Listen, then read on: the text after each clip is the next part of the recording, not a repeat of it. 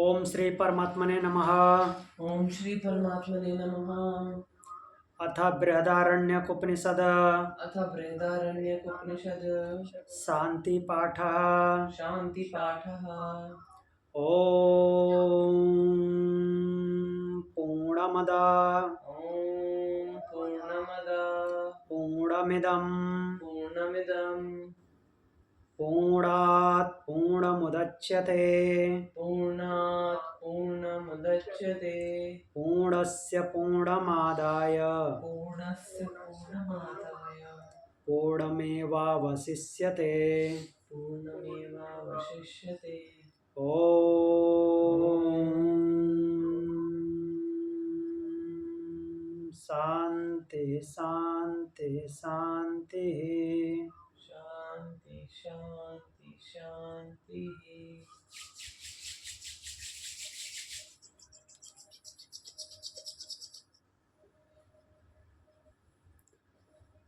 तो हम कल पढ़ रहे थे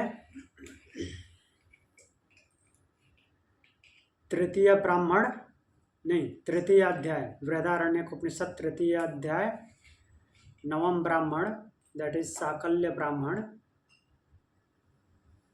और साकल्य ब्राह्मण में हमने 21 नंबर तक की कंडिका अर्थात मंत्र देख लिए थे। आज 22 नंबर मंत्र देखेंगे कि आगे साकल्य क्या पूछते हैं।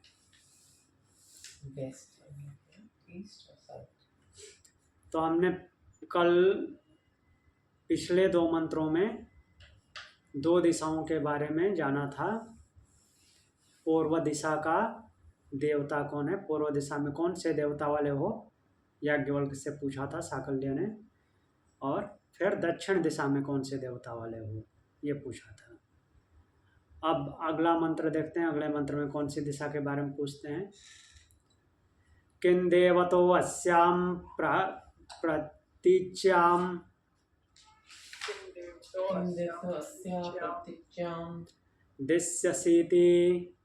दिश्यसीति वरुण देवता इति सवरुणः कस्मिन् प्रतिष्ठिता इत्यप्स्विति कस्मिन् आपः प्रतिष्ठितेति रेतसीति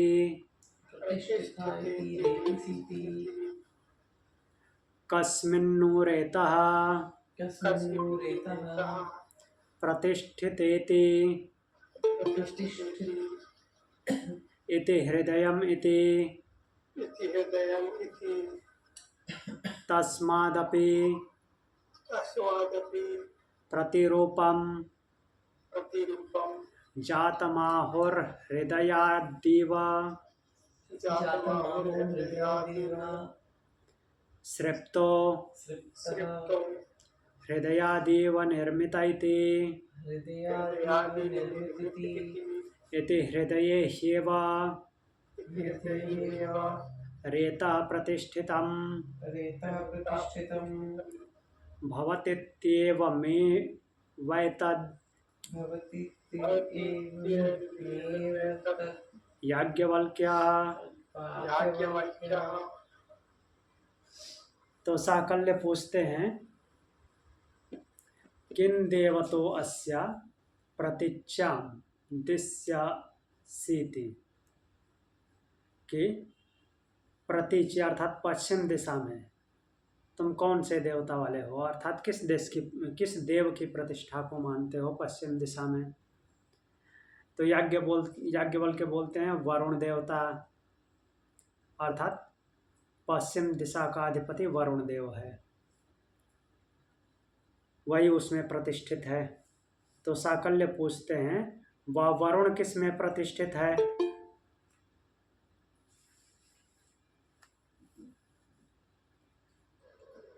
वरुण किस में प्रतिष्ठित है।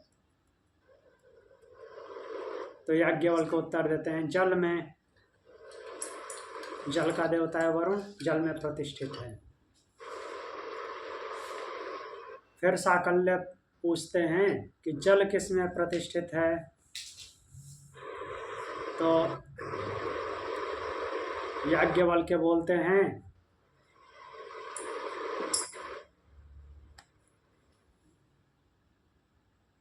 रेत में। रेत अर्थात शुक्र।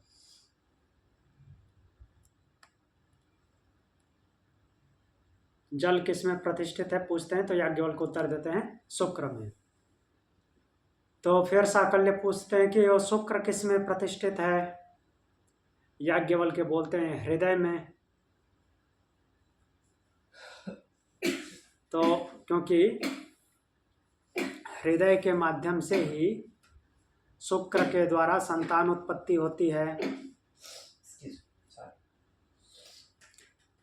तो साकल्य ने बोला कि ठीक है, ये जो बोल रहे हो आप ये सही है। अब आगे फिर मंत्र देखते हैं, अगले मंत्र में क्या बोलते हैं, कौन से देवता पे आते हैं। किन देवतो अस्यामुदिच्याम किं देवतो अस्यामुदिच्यम्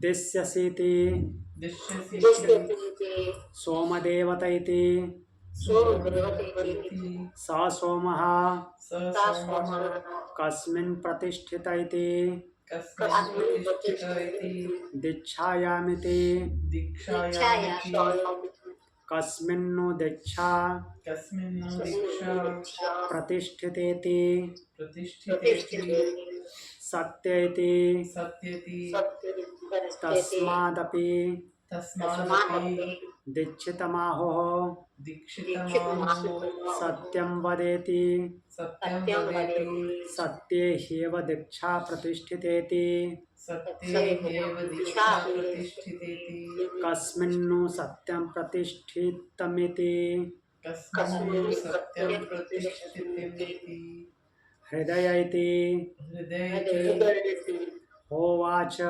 होवाच हृदयेन हि सत्यं जानाति हृदयेन हि सत्यं जानाति हृदये ह्येव सत्यं प्रतिष्ठितम् हृदयेव सत्यं प्रतिष्ठितं भवतीत्येव मे वैतद् याज्ञवल्क्य। भवति एव मे याज्ञवल्क्य। तो इसमें साकल्य पूछते हैं किन देवतो अस्यामुदिच्याम दिश्यसीति। उदिच्याम अर्थात उत्तर दिशा में कि तुम किस देवता वाले हो, किस देवता की प्रतिष्ठा है उत्तर दिशा में। तो याज्ञवल्क्य बोलते हैं सोम देवता की। अभी सोम देवता क्या होता है। साकल्य पूछते हैं कि वह सोम किस में प्रतिष्ठित है। याज्ञवल्क्य ने उत्तर दिया दीक्षा में। दीक्षा अर्थात जो ज्ञान से परिपूर्ण हो जाए, जिसका दीक्षांत हो जाए, अर्थात दीक्षा उसी को बोलते हैं ना जब ज्ञान की पूर्णता आ जाए। एक प्रकार से जिस क्षेत्र में काम कर रहा है उसमें काफी ऊपर लेवल तक चला जाए, उस क्षेत्र में उसको ज्ञान हो जाए, तो उसका देवता सोम कैसे है। सोम इससे है, सोम का मतलब चंद्रमा। डायरेक्टली वो शब्द नहीं लेना है, उसके गुणों को पकड़ना है। चंद्रमा का काम क्या है, शीतलता देना। तो ऐसे ही सोम केवल चंद्रमा से लेना देना नहीं है।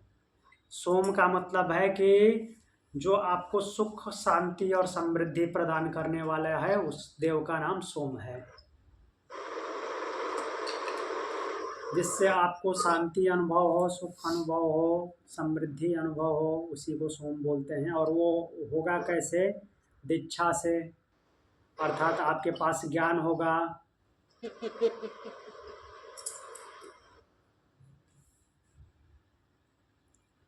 तो इसीलिए बोल रहे हैं कि सोम दीक्षा में प्रतिष्ठित है। फिर बोल रहे हैं, साकल्य पूछ रहे हैं कि दीक्षा किसमें प्रतिष्ठित है। याज्ञवल्क्य उत्तर देते हैं कि सत्य में। दीक्षा सत्य में प्रतिष्ठित है, इसी से दीक्षित पुरुष से कहते हैं कि सत्य बोलो। क्योंकि अगर दीक्षित व्यक्ति सत्य नहीं बोलता,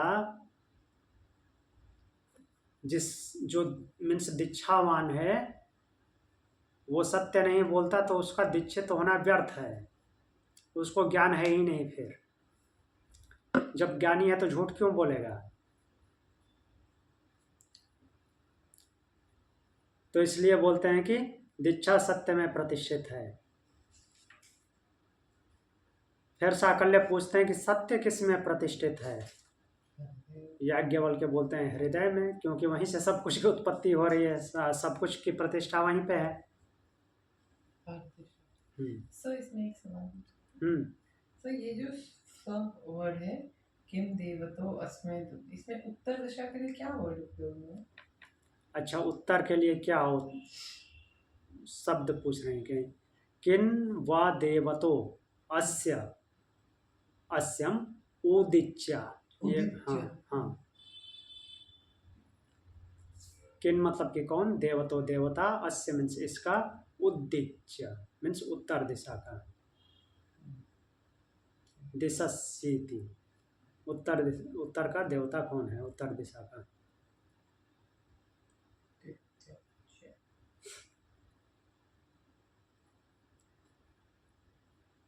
तो अब इससे आगे चलते हैं। सत्य जो है हृदय में प्रतिष्ठित है। अगला मंत्र बोलते हैं किन देवतो अस्याम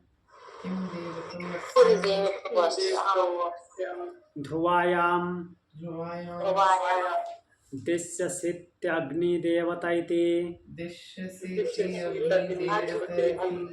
सो अग्निः कस्मिन् प्रतिष्ठित इति वाचीति कस्मिन्नु वाक् प्रतिष्ठितेति हृदयमिति कस्मिन्नु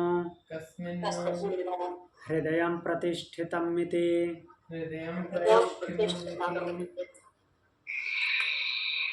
तो यहाँ पे बोलते हैं कि किन वदेत्यो अस्याम ध्रुवायाम दिश्यसीत्य अग्नि देवता इति।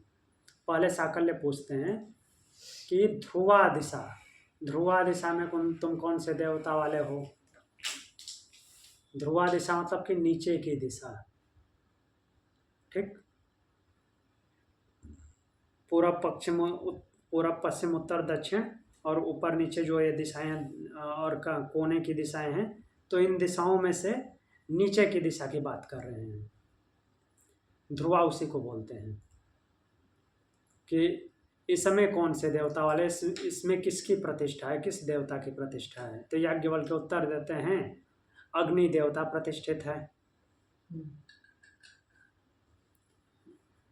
तो साकल्य पूछते हैं कि यह अग्नि किस में प्रतिष्ठित है? याज्ञवल्क्य बताते हैं अग्नि तो वाणी में प्रतिष्ठित है। फिर याज्ञवल्क्य पूछते हैं वाणी किस में प्रतिष्ठित है?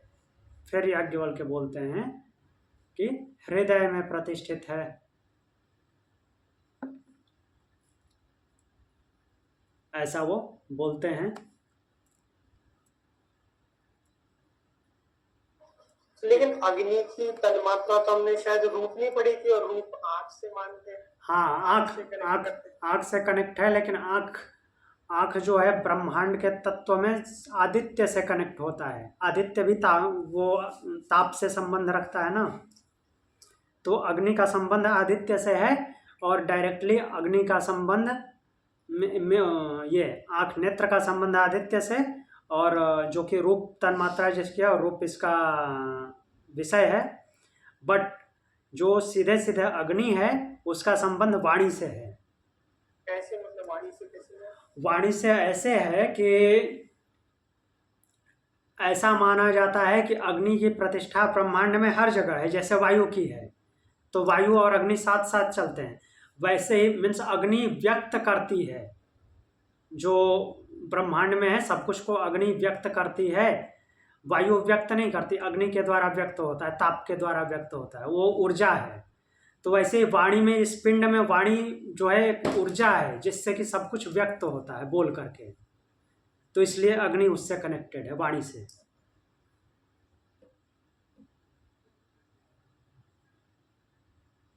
सर आयुर्वेद में जीवा को पित्त का स्थान मानते हैं ना, वैसे भी हाँ आइज भी पित्त का स्थान है, जीवा भी पित्त का स्थान है, तो उस हिसाब से भी वाणी अग्नि का ही। हाँ, वाणी का कनेक्शन अग्नि से और नेत्र का कनेक्शन सूर्य से, उस हिसाब से भी सही बोला है। भी सही बैठता। एंड सेकेंडली हम ये भी कहते हैं कि जब हम जैसे ज्यादा बोलते हैं या ज्यादा करते हैं तो हम अपनी एनर्जी का एनर्जी क्षीण करते हैं हाँ। और एकदम एनर्जी कंजर्व करते हैं, और कहते हैं कि बाण, अग्नि रूपी बाण न चलाओ लोगों पे अपनी बात करके।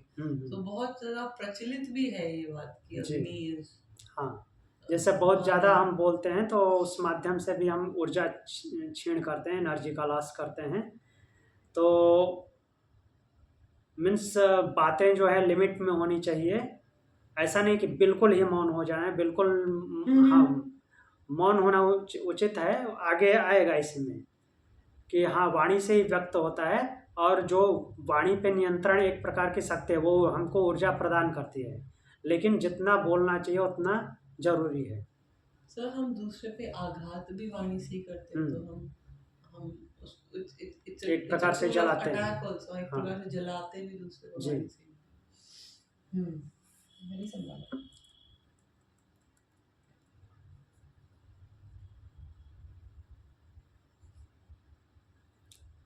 तो अब लास्ट में क्या पूछते हैं, इतने प्रश्नों में अंत में सबकी प्रतिष्ठा क्या बता रहे हैं याज्ञवल्क्य का हृदय, ये हृदय में प्रतिष्ठित है। लास्ट में हर एक बात को हृदय पे लेके आते हैं।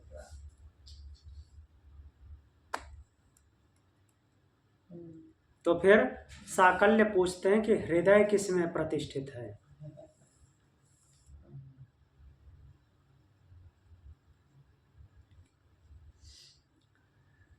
तो अब यहाँ पे जब साकल्य पूछते हैं हृदय किस में प्रतिष्ठित है, तो इस पे याज्ञवल्क्य को थोड़ा अलग तरह का वो मेंटल स्टेटस फील होता है। क्या बोलते हैं कि वो अलग भाव से साकल्य को देखते हैं कि इतने देर से हृदय हृदय बोले जा रहा हूँ, अभी हृदय की याद आ रही है और ये कोई पूछने की बात है। अहल्लिकेति होवाच याज्ञवल्क्यो यत्र तद् अन्यत्र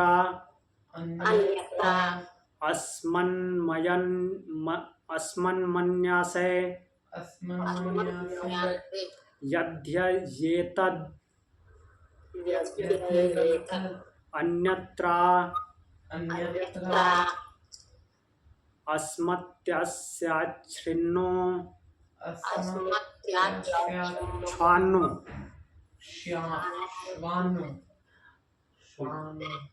वैनदद्योर्वयाम्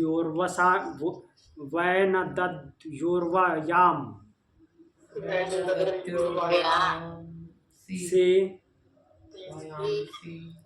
वैनद्वे मथ्निरन्नीति। तो वो साकल्य को अहलिक बोलते हैं। अहलिक इति होवाच, याज्ञवल्क्य साकल्य को अहलिक बोलते हैं। एक प्रकार से मीन्स उनको बहुत लो लेवल का कैटेगराइज करते हैं। तुम अहलिक हो, अज्ञानी की तरह बात कर रहे हो। तो बोलते हैं कि यत्र तदन्यत्रात् मन्यासे, कि जब तुम इसको अलग मानते हो, अर्थात ये पूछ रहे हो कि हृदय किस में प्रतिष्ठित है, मतलब कि तुम हृदय को अलग समझते हो, कहीं और प्रतिष्ठित होगा ये तो जीवात्मा के साथ रहता है। ये प्रश्न ही नहीं बनता कि हृदय किस में प्रतिष्ठित है। ये तो पहले से पता होना चाहिए, मतलब कि तुम कुछ जानते ही नहीं हो, ऐसे प्रश्न पूछे जा रहे हो। तो इस तरह से वो बोलते हैं कि अगर ये अलग होता, इसकी प्रतिष्ठा कहीं अलग होती, कोई और इसको धारण करने वाला होता, तो क्या बोल रहे हैं कि अगर ये जीवात्मा से अलग होता तो बोल रहे हैं कि यच्छ्वानो मीन्स यहाँ श्वानों को संधि किया है तो श्वानो पढ़ा जा रहा है, बट यहाँ पे वास्तव में श्वान शब्द है।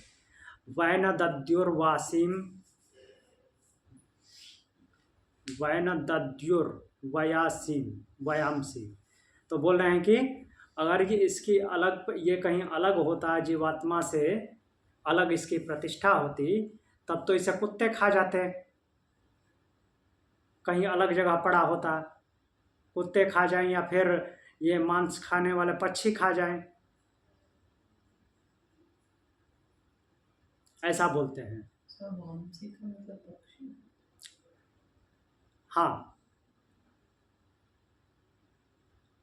ये वामसी का मतलब नहीं, यहाँ पे बोल रहे हैं ना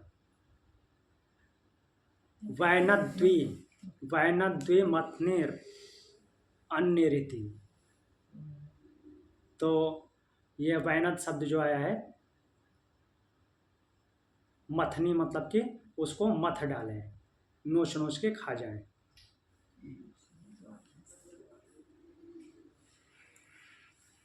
फिर आगे बोलते हैं, इतना सुनाते हैं साकल्य को, लेकिन फिर साकल्य पूछते हैं कस्मिन्नु त्वं चात्मा च प्रतिष्ठितो रथ इति प्राण इति कस्मिन्नु प्राणः प्रतिष्ठित इति अपान इति कस्मिन् अपानः प्रतिष्ठित इति व्यान इति कस्मिन् व्यानः प्रतिष्ठित इत्युदान इति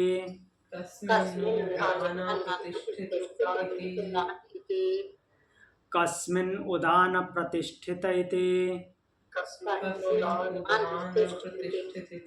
समान इति स एषण इति नेत्यात्मा अगृह्यो न हि गृह्यते अशीर्यो न हि शीर्यते असंगो न हि सज्जते असितो न व्यथते न ऋष्यत्येतान्यष्ट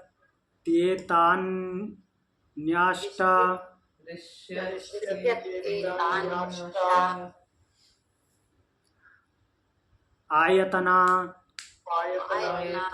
अन्यष्टौ लोका अष्टौ देवा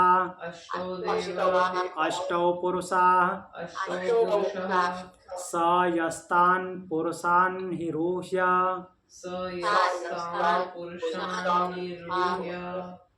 प्रत्युह्य आत्यक्रामत तं त्वौपनिषदं पुरुषं पृच्छामि तं चेन्मे न विवक्ष्यसि मूर्धा ते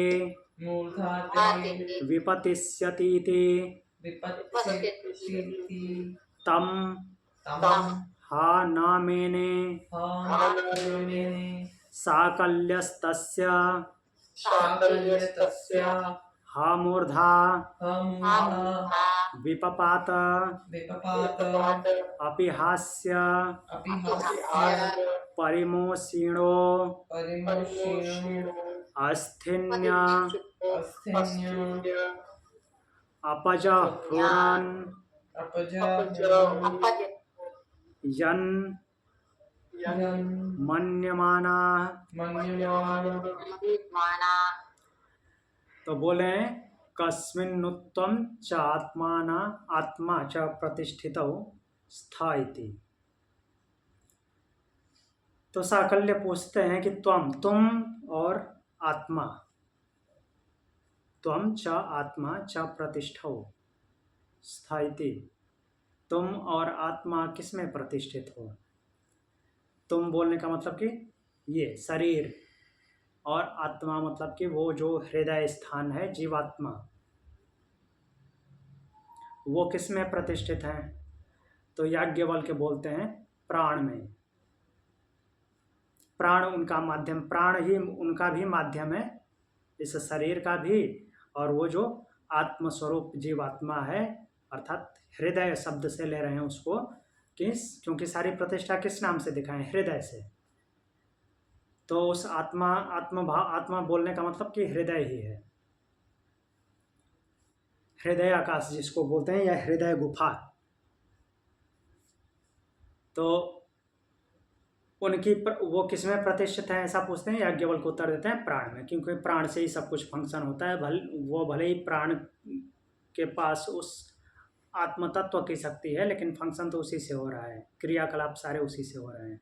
तो साकल्य ने पूछा कि प्राण किसमें प्रतिष्ठित है। तो एक मिनट,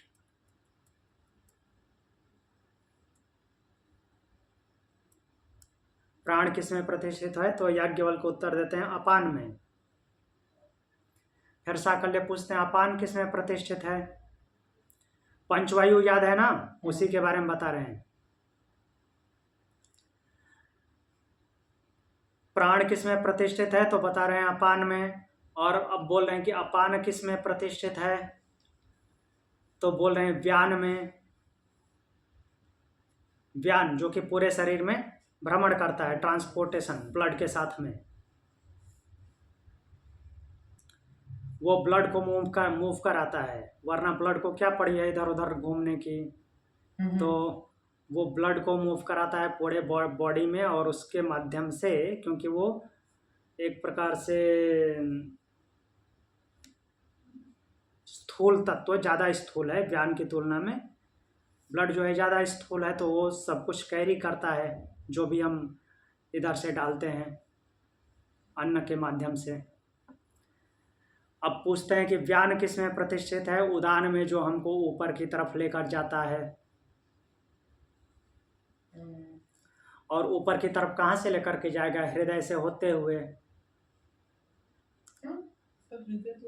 हाँ, तो ऊपर ही तो उठाता है वो, इधर के माध्यम से, जो सुषुम्ना के माध्यम से वो फिर अपलिफ्ट करता है बाहर, मीन्स आध्यात्मिक ऊर्ध्वगमन भी कराता है उदान ही।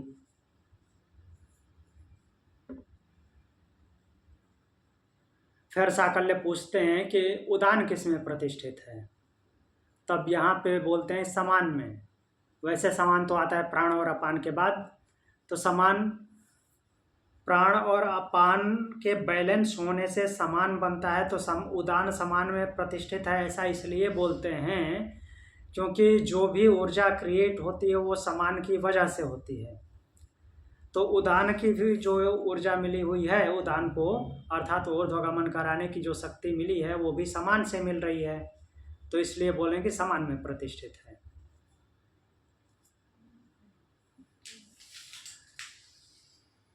तो फिर बोल रहे हैं कि और जो तुमने आत्म के बारे में बोला है, तो उसके लिए वो बोल रहे हैं कि नेति नेति ऐसा बोल करके वर्णन है। देखिए इसमें मंत्र में क्या है, नेत्यात्मा अगृह्यो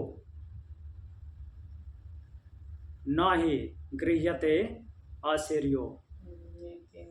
हाँ, नेति नेत्यात्मा गृह्यो मीन्स नेति नेति, न इति मीन्स न ये न ऐसा है न ऐसा है, ऐसा बार बार बोल करके बताया गया है। और उसको ग्रहण नहीं किया जा सकता, अग्राह्य है। फिर क्या बोल रहे हैं? असीण, अर्थात वो नष्ट नहीं होता, असंग है, वो किसी से युक्त नहीं होता, जुड़ता नहीं है, सब में व्यवहार करता है, लेकिन सब में व्यवहार करते हुए भी युक्त नहीं होता, जुड़ता नहीं है।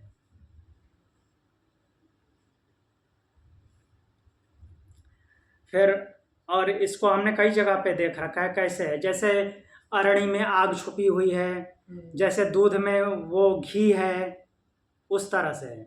लेकिन उसमें होते हुए भी लिप्त नहीं है, युक्त नहीं होता, वो अलग हो जाता है।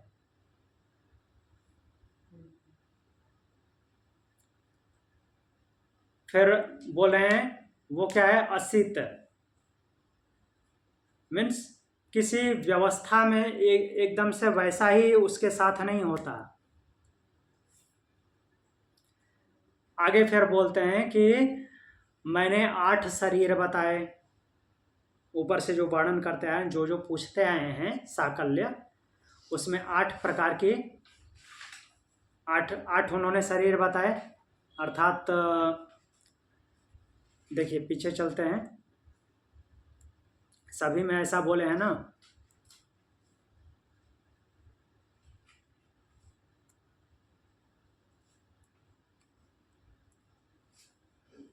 तो जैसे यहाँ पे देखिए, ज़्यादा पीछे नहीं जा रहे हैं, 15 नंबर पे देखिए, रूपाण्येव यस्मा आयतनम, आयतन जो मीन्स इसका आयतन क्या है, तो उसको शरीर बोलते हैं। ठीक, आयतन क्या है, लोक क्या है, ज्योति क्या है, ये सब बताते हैं। तो वही बात यहाँ पे बोल रहे हैं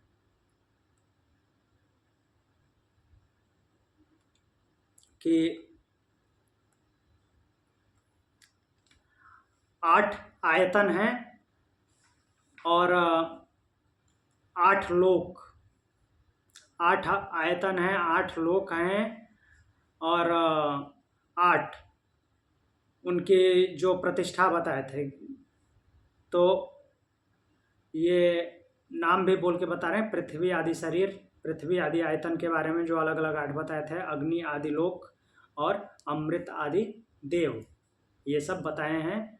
और उनके 8 पुरुष मीन्स अंतिम प्रतिष्ठा उसमें उनकी किसमें, किस देव, कौन से देव की प्रतिष्ठा है, तो वह जो उन पुरुषों को निश्चय पूर्वक जान करके, ऐसे लिख रहे हैं कि निश्चित रूप से उनको जान लेता है, तो अपने ही हृदय में उसको उपसंहार करके, और क्या करता है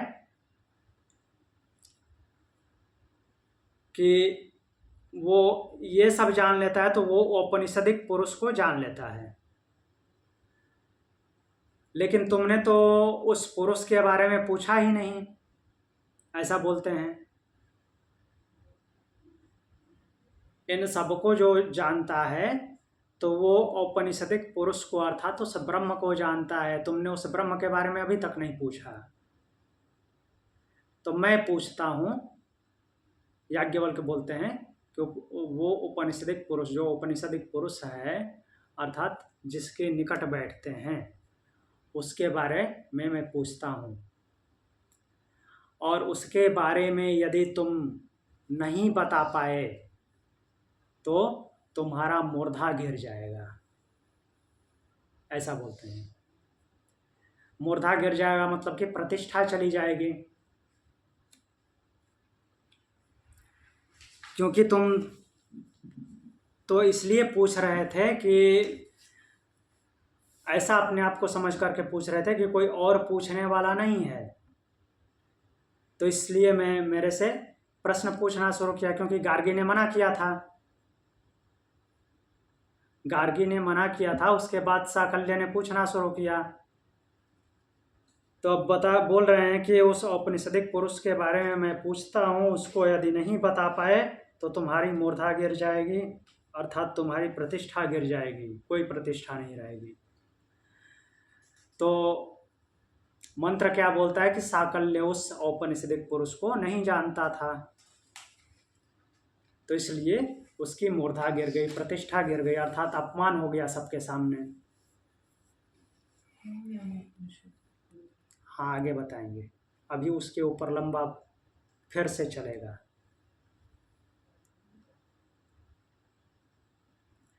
तो देखिए यहाँ पे बोल रहे हैं कि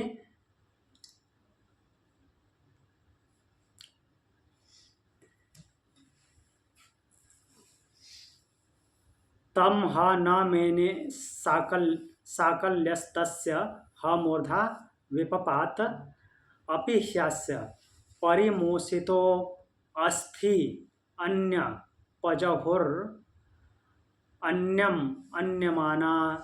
और उसके जो अस्थि पंजर हैं, जो बोन्स हैं, मीन्स उसका सीधा सीधा ऐसा मतलब निकालेंगे, सीधा सीधा अर्थ क्या होगा कि साकल्य उस औपनिषदिक पुरुष को नहीं जानता था। त्योपनिषदम पुरुषम पृच्छामि तम चेन में न विवक्षासेति मूर्धा ते विपत्ति।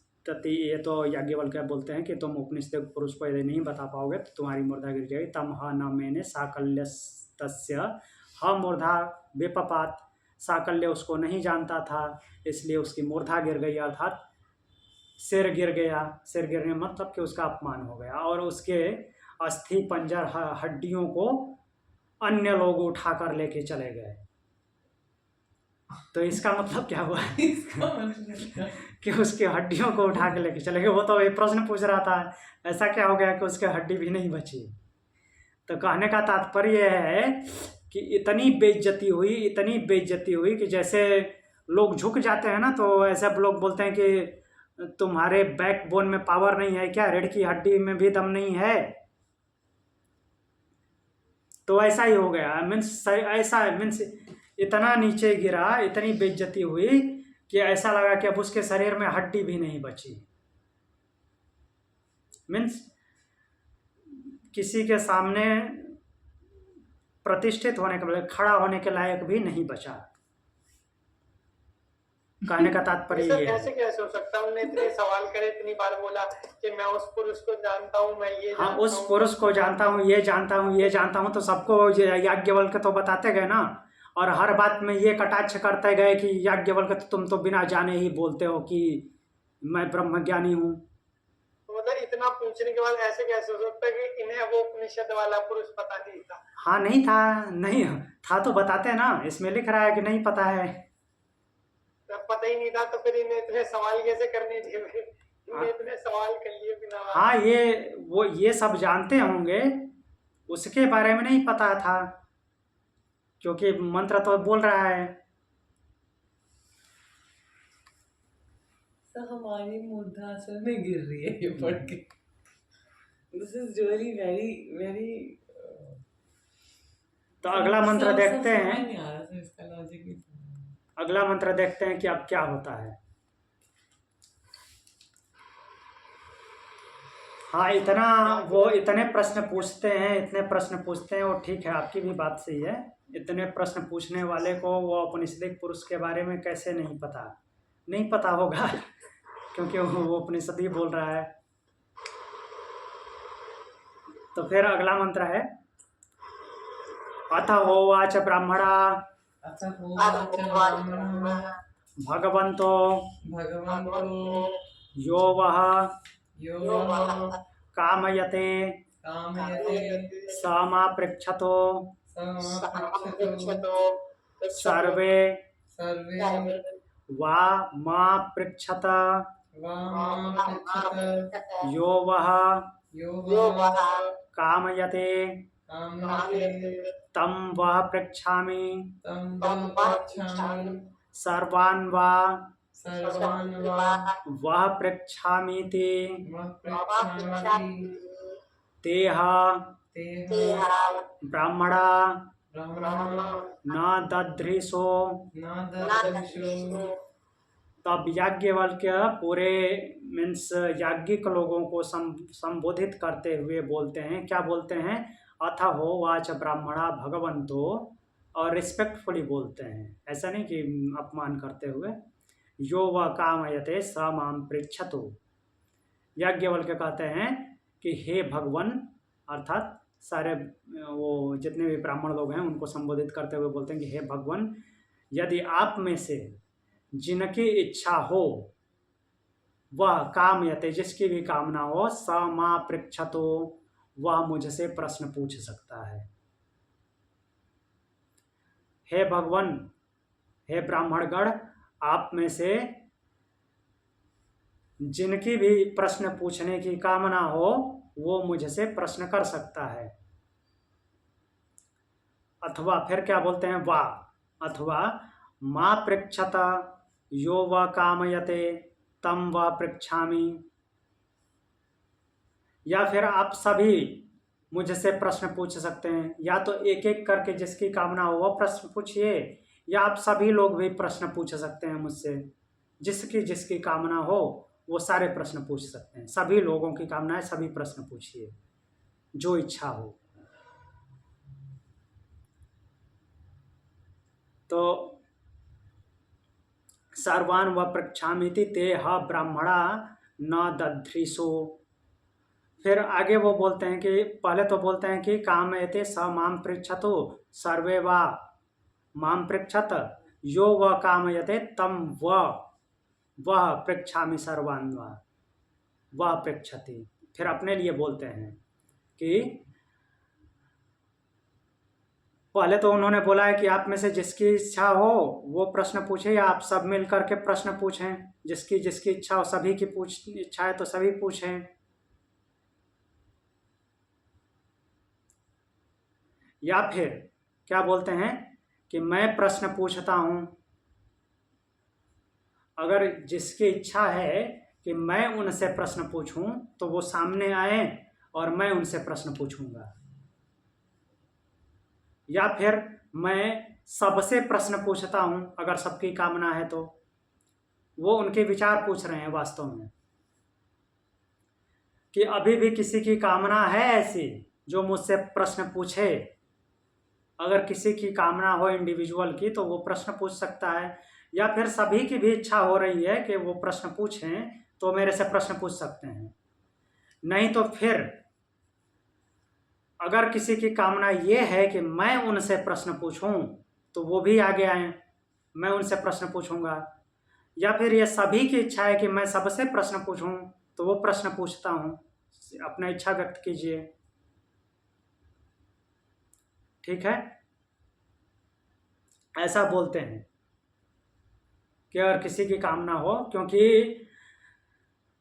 उनका कहने का तात्पर्य ये है कि आप लोग तो मुझे निरुत्तर नहीं कर पाए। अगर आप लोगों की ये कामना हो कि मुझे ये, हम लोगों ने इसको निरुत्तर नहीं कर पाए, तो ये हमको, ये क्या बोल रहे हैं कि ये हमको निरुत्तर कर दे। अर्थात हम भी तो सभी निरुत्तर अभी नहीं हुए। जैसे साकल्य हुए हैं तो सभी से तो ऐसे उन्होंने प्रश्न नहीं किया, तो फिर कोई उत्तर नहीं आता है। कोई भी खड़ा नहीं होता इस इच्छा के विरुद्ध, मतलब कि इस इच्छा को प्रकट करने के लिए कोई खड़ा नहीं होता कि हाँ हमारा प्रश्न, या हम प्रश्न पूछेंगे, या हमसे प्रश्न पूछिए। याज्ञवल्क्य के सामने कोई खड़ा नहीं होता। तो याज्ञवल्क्य प्रश्न पूछते हैं। फिर याज्ञवल्क्य का क्या प्रश्न है देखते हैं। 28 नंबर कंडिका में, वो 5-6 भागों में डिवाइड है, सभी को देखते हैं। तान्हैते श्लोकैः पप्रच्छ यथा वृक्षो वनस्पतिस्तथैव पुरुषो अमृषा तस्य लोमानि पर्णानि त्वग् अस्योत्पाटिका बहिः। तो ये फर्स्ट पार्ट है इनके क्वेश्चन का, और क्वेश्चन है एक ही, उसकी भूमिका इन्होंने लंबी बांधी है। पहले सब कुछ बताए हैं उसके बारे में और फिर लास्ट में पूछते हैं। तो याज्ञवल्क्य जो है इन श्लोकों के माध्यम से प्रश्न पूछते हैं। तान है ते श्लोक है पप्रक्ष यथा वृक्षे वनस्पतिस्तथैव पुरुषो अमृषा तस्य लोमानि पर्णानि त्वग्स्योत्पाटिका वही। तो ऐसे सब कुछ का पहले वर्णन करते हैं। वनस्पतिस्तथैव पुरुषो अमृषा तस्य। तो वनस्पतियां जो कि किन गुणों से युक्त हैं? वृक्ष, वृक्ष के गुणों से पुरुष, पुरुष अर्थात जीवात्मा शरीर से युक्त, तस्य लोमानि पर्णानि त्वग अस्य पाटिका वही। तो जैसे वनस्पतियां वृक्ष हैं, वृक्षों से युक्त हैं, और पुरुष का जो मीन्स ये जीवात्मा का जो शरीर है वैसे ही धर्मों से संपन्न है, यह बिल्कुल सत्य है। जैसे वृक्ष में पत्ते होते हैं वैसे ही जीवात्मा के शरीर में अर्थात ये पिंड में रोए होते हैं,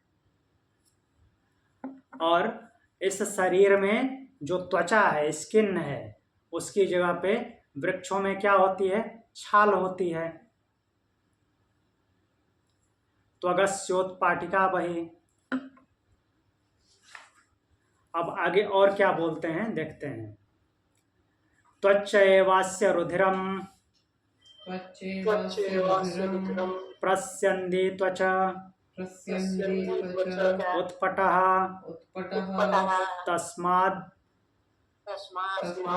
तृणात् प्रैति रसो वृक्षादि वा आहतात्। तो यहाँ पे बोल रहे हैं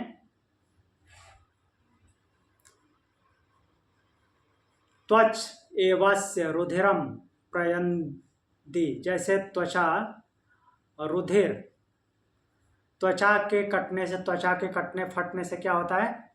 रुधिर निकलता है, खून निकलता है।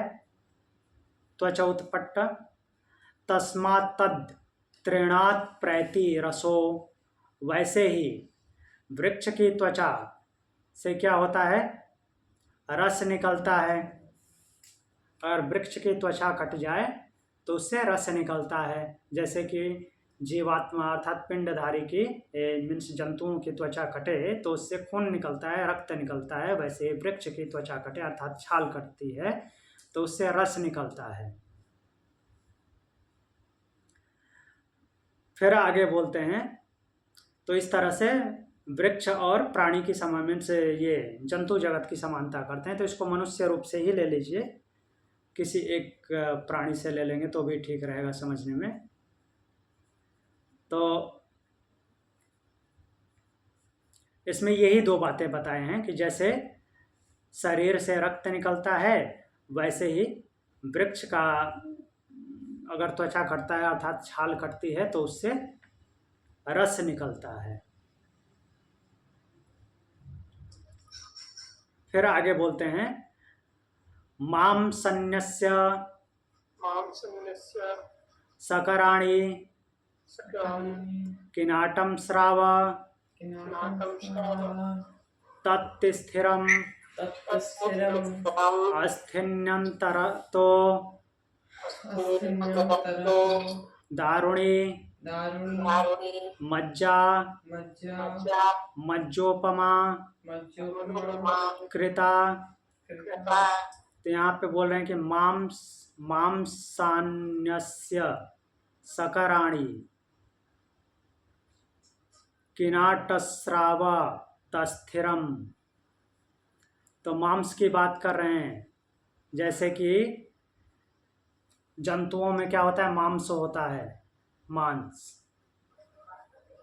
तो वैसे ही वृक्ष की जो छाल होती है, वृक्ष का जो स्किन होता है उसके अंदर क्या होता है? उसके अंदर भी उसका मांस होता है, छाल के भीतर जो उसका तना है वो होता है। और फिर क्या बोलते हैं, सकराणी किनाट स्रावत अस्थिरम। और फिर बोल रहे हैं कि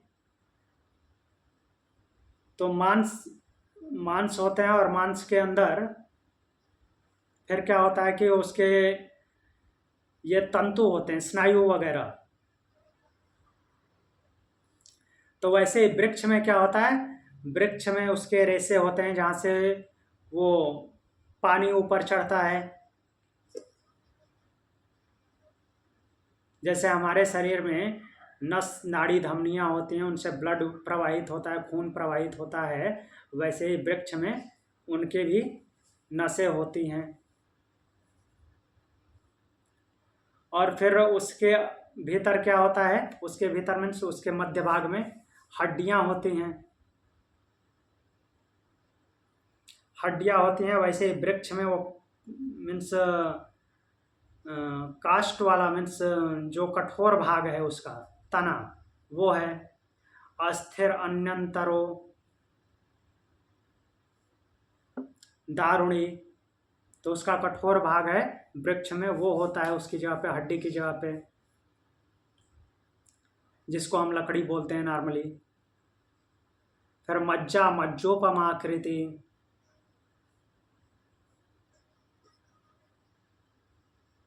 और फिर जो मज्जा है, मज्जा जैसे जंतु के शरीर में है, अर्थात ह्यूमन बॉडी में जैसे मज्जा है, वैसी ही मज्जा वृक्ष के भी शरीर में है।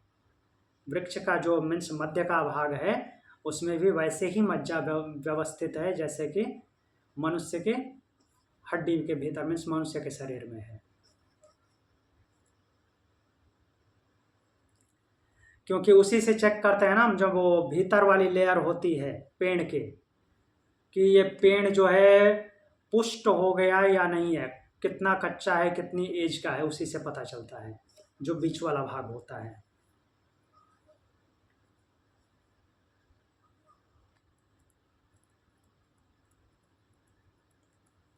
आगे आगे बोलते हैं फिर, यद वृक्षो वृक्णो यद वृक्षो वृक्षो रोहति रोहति मूलान्नवतरः पुनः मर्त्यः स्विन्मृत्युना वृक्णः कस्मान् मूलात् प्ररोहति। तो अब यहाँ से अब अपना प्रश्न धीरे धीरे शुरू करते हैं। बोलते हैं कि यद वृक्षो विक्णो रोहति मूलान वतरः पुनः मर्त्य स्विन्मृत्युना वृक्णः कस्मान मूलान प्ररोहति। बोल रहे हैं कि यदि वृक्ष को काट दिया जाता है, वृक्ष को काट दिया जाता है, तो फिर वो अपने मूल से दोबारा उत्पन्न हो जाता है, नए नए अंकुर निकलते हैं उसमें से। ऐसा ही होता है, क्योंकि वो काटा गया, वो जड़ से खत्म नहीं हुआ। तो इसी प्रकार यदि मनुष्य को या किसी और प्राणी को, जो जंतु है, उसको मृत्यु काट डाले, मृत्यु ही काटती है, तो वह किस मूल से उत्पन्न होगा। जैसे पेड़ तो उत्पन्न हो जाता है, उसको काट दिया तो उत्पन्न हो जाता है, लेकिन अब मृत्यु काट देती है जंतु को, तो वो कैसे उत्पन्न होगा, फिर आगे अभी बोलेंगे, खुद ही बताएंगे भी।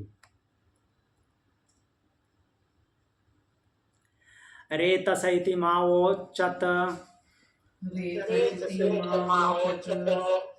जीवतस्तत् प्रजायते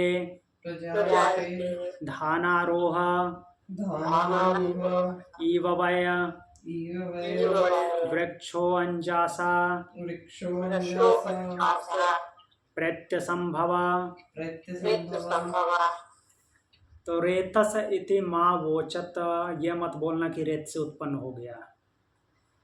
अगर कोई मर गया तो वो रेत से उत्पन्न होता है, ऐसा नहीं, ऐसा मत बोलना। क्योंकि रेत अर्थात शुक्र तो जीवित पुरुष में होता है, और जीवित पुरुष से फिर जीवित पुरुष उत्पन्न होता है।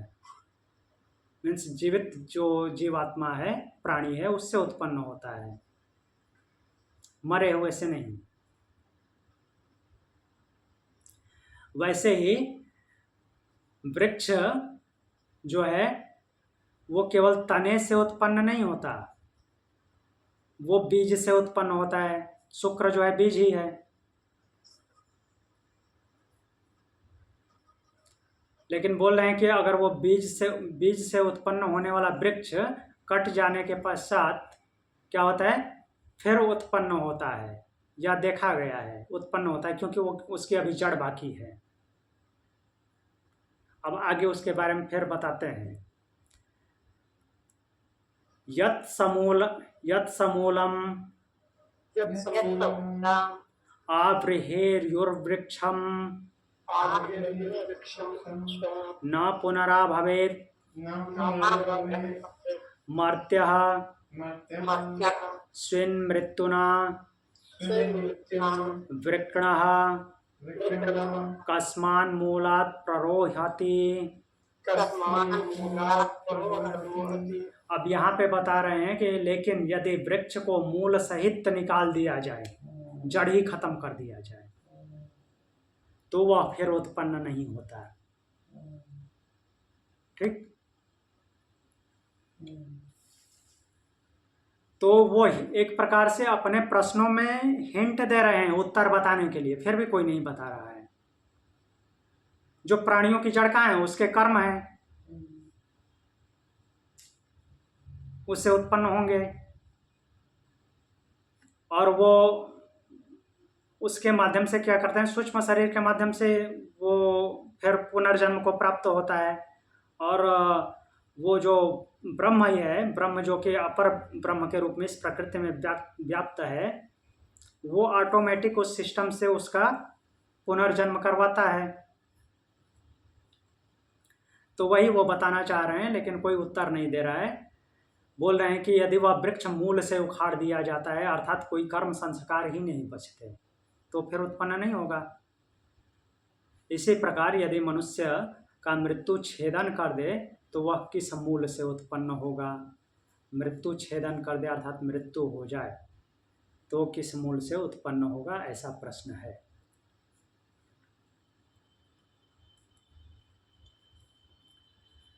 तो अगला मंत्र देखते हैं।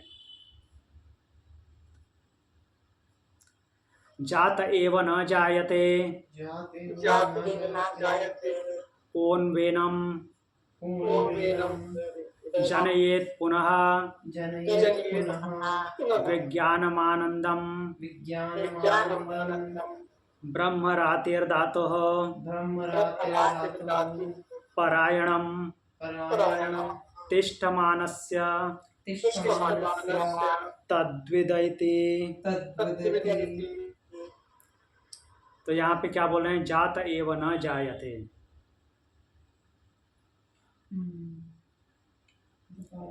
तो फिर बोल रहे हैं कि ऐसा मानो कि जीवात्मा तो उत्पन्न हो ही गया है, तो फिर उत्पन्न नहीं होता,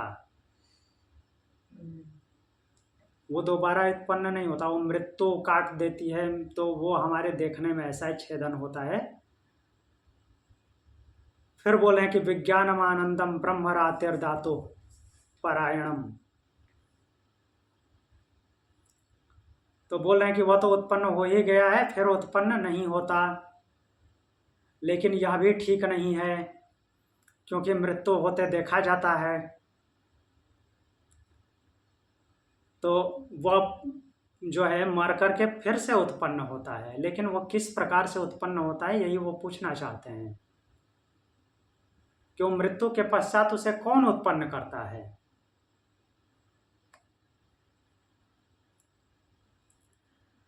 तो एक मिनट,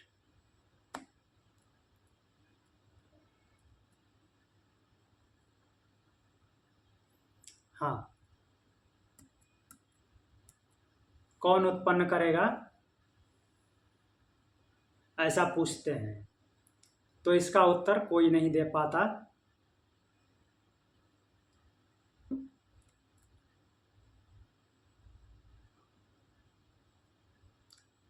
तो इसमें जो लिखा हुआ है विज्ञानमानंदम ब्रह्म रतिर्धातो परायणम तिष्ठमानस्य तद्विदः इति।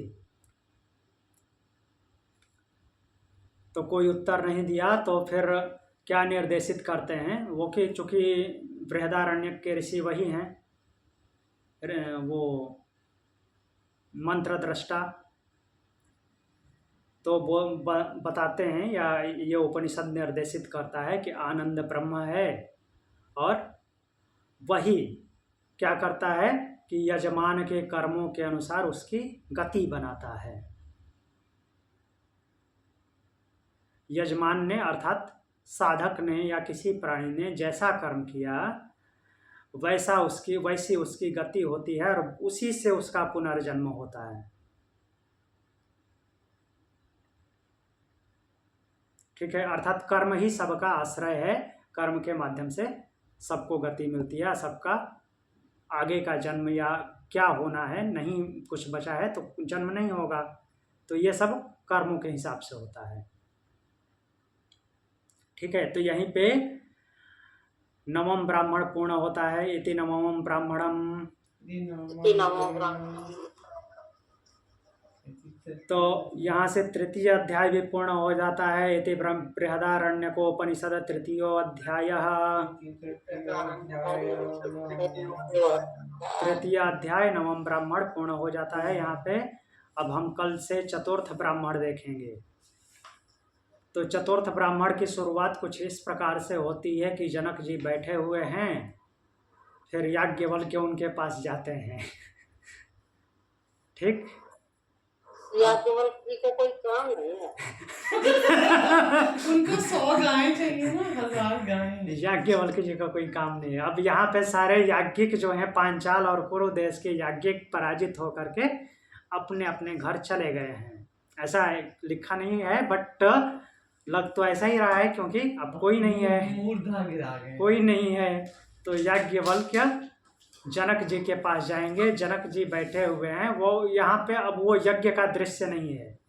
जनक जी शायद अपने राज दरबार में या कहीं और बैठे हुए हैं, तो वहाँ पे याज्ञवल्क्य जाते हैं और वहाँ से उनके बीच में संवाद शुरू होगा, याज्ञवल्क्य जनक संवाद।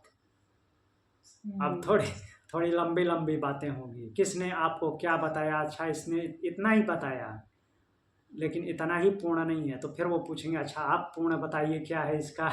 इस तरह से आगे संवाद चलेगा। तो मूर्धा फटने को संस्कृत में क्या कहते हैं? मूर्धा फट गया। आज के लिए इतना ही। कल से हम जनक याज्ञवल्क्य संवाद देखेंगे। जी, बाय। मीन्स 2 धर्म धुरंधरों का संवाद। प्रणाम। ओम शांति। ओम शांति। प्रणाम। ओम शांति।